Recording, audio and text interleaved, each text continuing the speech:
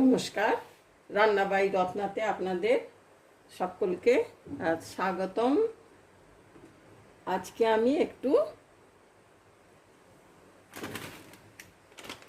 সেমাইয়ের পায়েস, এটা রোস্টেড সেমাই কিনে এনেছি, দুধ চাপিয়ে দিয়েছি।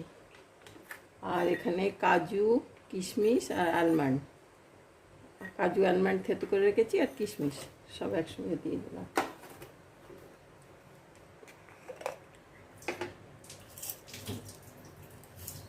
দুটো এলাচ ফাটিয়ে দিয়ে দিলাম।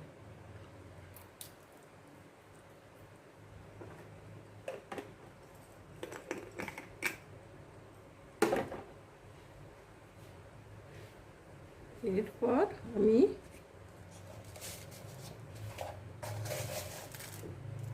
এক চামচ, দু চামচ, 3 চামচ, 3.5 চামচ চিনি দিলাম।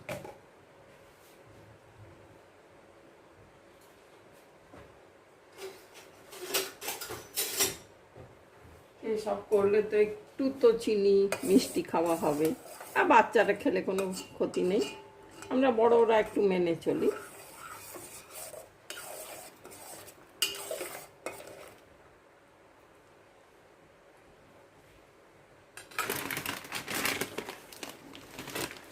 অল্পই করব, বেশি করব না। এই রোস্টেড আনলে কি বাড়িতে ঘিয়ে ভাজতে হয় না, না তো এমনি আনলে পরে বাড়িতে ঘিয়ে একটু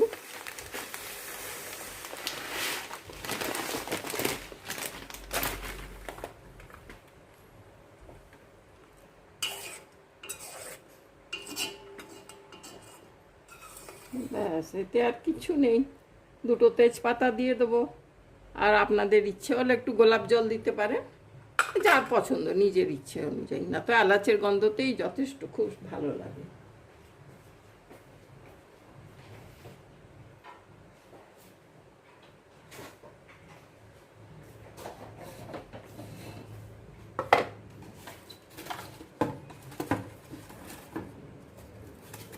সকালবেলা বাচ্চাদের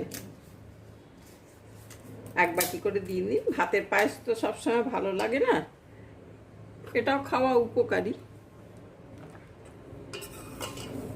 এটা ফুটে উঠলেই হয়ে যাবে।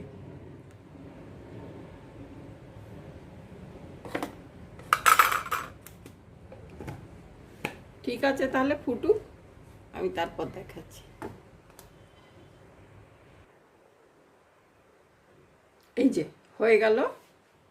আমি একটু পাতলাই রেখেছি, কারণ এটা ফুলে আর একটু বসে যাবে।